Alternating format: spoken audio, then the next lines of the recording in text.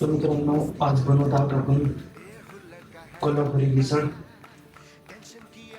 खोबरं भाजून घेतलं आहे. इथं ऑलरेडी कांदा भाजलेला आहे. इथं चालू आहे मिसळ बनवून. हा कांदा भाजून घेतला होता, सो त्याला आता थंड करण्यासाठी कट करून घेऊया. ते मिसळचं साहित्य तयार.